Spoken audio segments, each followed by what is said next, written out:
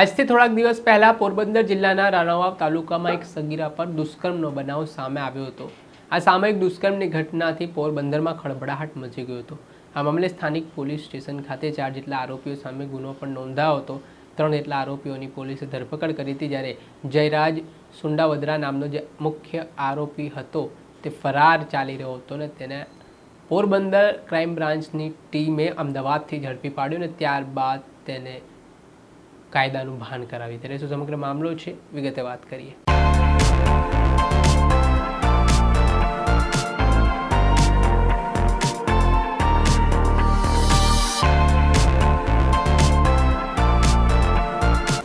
નમસ્કાર દર્શક મિત્રો, સ્કાયનેટ મીડિયામાં આપનું સ્વાગત છે. હું છું ફરદાન. 22 જુલાઈની આસપાસ પોરબંદરના રાણાવાવ તાલુકા ખાતે જે એક પાર્ટી પ્લોટ આવેલું છે ત્યાંથી એક સગીરા પસાર થઈ રહી હતી. આ દરમિયાન 4 જેટલા નરાધમો છે તેમના દ્વારા સામૂહિક દુષ્કર્મની ઘટનાને અંજામ આપવામાં આવ્યો. આ ઘટનાથી પોરબંદર જિલ્લામાં ખળભળાટ મચી ગયો હતો અને મહિલાઓ અને દીકરીઓની સુરક્ષા સામે પણ અનેક પ્રકારના સવાલો ઉઠ્યા હતા.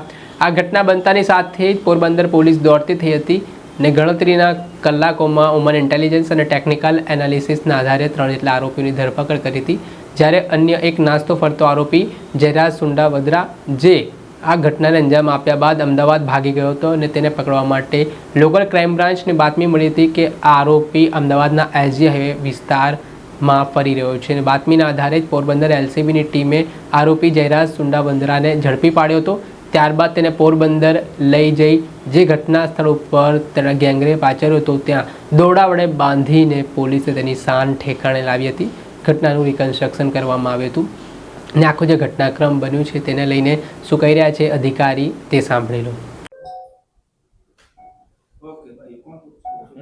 જે ઉદ્યોગનગર પોલીસ સ્ટેશનમાં જે દુષ્કર્મની ઘટના બની છે, શું આખો બનાવ છે, કેટલા આરોપીઓને પકડ્યા છે અને આગળ કઈ રીતની કાર્યવાહી? ઉદ્યોગનગર પોલીસ સ્ટેશન વિસ્તારમાં તારીખ 22ની રાત્રે એક સગીરાને 3 લોકોએ એક ગાડીમાં બેસાડી અને એક કેફી પીણું પીવડાવી એની સાથે દુષ્કર્મ કરવામાં આવેલું છે વૃંદાવન પાર્ટી પ્લોટ ખાતે. અને ચોથો એક આરોપી જે છે કે જેમણે બીજી એક ગાડીની સુવિધા કરી આપી હતી. એમ કરીને ટોટલ 4 આરોપીઓ છે અને 22 તારીખ રાતની આ ઘટના છે.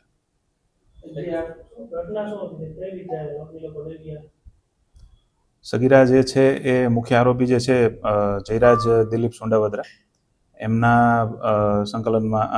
એમના પરિચયમાં હતા અને એ નાસ્તો કરવાના બાને દીકરીને ગાડીમાં બેસાડીને બહાર લઈ ગયેલા છે અને ત્યારબાદ વૃંદાવન પાર્ટી પ્લોટ ખાતે સગીરા સાથે દુષ્કર્મ થયેલું છે. બીજા આરોપીઓ છે એક મલ્હાર, રાજ અને એ સિવાય એક ચોથા આરોપી જેનું નામ હજી સુધી તપાસમાં બહાર આવ્યું નથી. ફરિયાદમાં જે ઉલ્લેખ છે પ્રમાણે સગીરાને ઘરેથી ક્યાં લઈ ગયા હતા, પાર્ટી પ્લોટથી પાર્ટી પ્લોટ પછી ક્યાં લઈ ગયા, આખો ઘટના કે કેટલા ઘરેથી સગીરાને આશરે 12:30ના સમયે લઈ જવામાં આવ્યા છે વૃંદાવન પાર્ટી પ્લોટ, ત્યાંથી પરત ચોપાટી અને ત્યાંથી પરત એમના ઘરે રાતના 12:30 થી 4:30 સુધીનો, સવારના 4:30 સુધીનો ઓલમોસ્ટ આ બનાવ છે.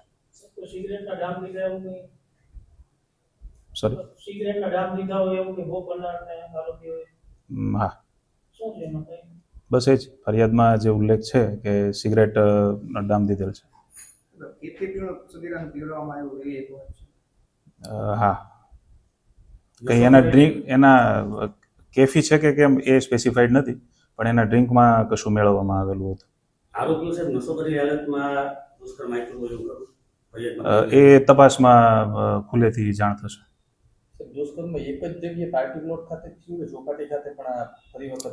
નહીં, હાલ ફરિયાદની વિગતે માત્ર પાર્ટી પ્લોટ ખાતે થયેલું હોવાનું અમારી જાણમાં છે.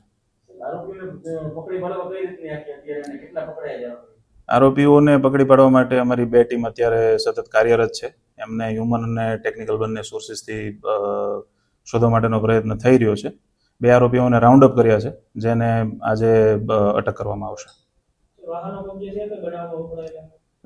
બનાવમાં વપરાયેલી જે મુખ્ય જે વાહન છે એ કબજે થયું છે. ના.